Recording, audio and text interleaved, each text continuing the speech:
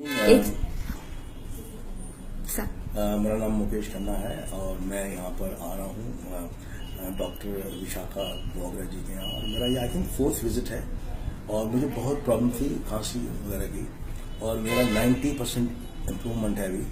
And 4th visit मेरा है और भी मुझे बड़ी खुशी हो रही है। बहुत अच्छा एटमॉस्फेयर है और इनसे मुझे ख़ास तौर से ये अच्छा लग रहा है कि ये डिटेल में जाती हैं, ये जल्दी नहीं करती कि भाई मतलब कि ये लिखा और जाओ।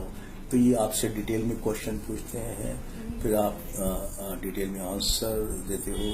Like it's like doing a psychiatric help as well she is giving, क्योंकि ये फिजिकल प्रॉब्लम है, खांसी की, जुकाम की जो मेरा प्रॉब्लम चल रही है।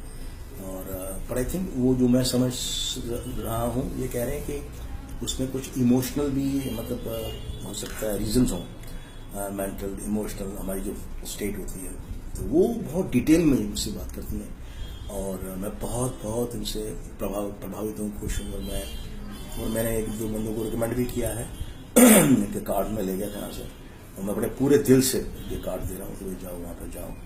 And I think I wish मतलब ऑल द बेस्ट कि वो विश भी करता हूँ और मुझे पक्का पता भी है मैं कि ये बहुत तरक्की करने वाली है।